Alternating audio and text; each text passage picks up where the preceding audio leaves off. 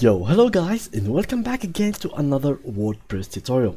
In this video, I will be showing you how you can wrap text around an image. So now let's go ahead and go to our post, or first of all, go ahead and open your WordPress dashboard just by going to wordpress.com or wordpress.com/wp admin. So after you do it, you click on it and you join by putting your login information, email and password, and that's it, how you can open this dashboard. So now go ahead and let's go to posts and let's create a new one.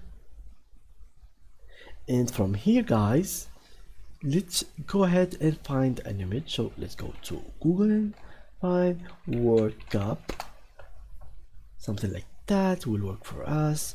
Let's for example get this image, and just like so we can drag it in here, and let's name something that, so image wrapping or something like that. And here we add image, upload latest one, which is this one, and yeah, something like that. Here is multiple information, add text over image, you can add caption, you can like align it, you can add like if someone clicked on it, it will take him to somewhere else. So let's add this option, which will be add text over image. We'll click on it and let's write something. For example, I'll be writing word cup.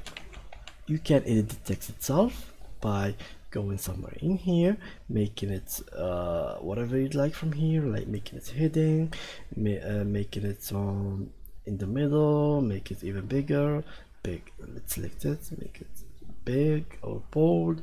Here it is, align image, align code here for if you want to code it, and from here we'll have also other options which like hide more settings, copy block, duplicate it, and says before and says after. For example, let's click on this. You can add the more text in here, so anything you want, and you can do the same thing over and over. So it says before, and yeah guys, that's how you can actually put an image in your WordPress, and that's how you can wrap and text around it. So thank you guys for watching, and see you in the next tutorial. Bye bye.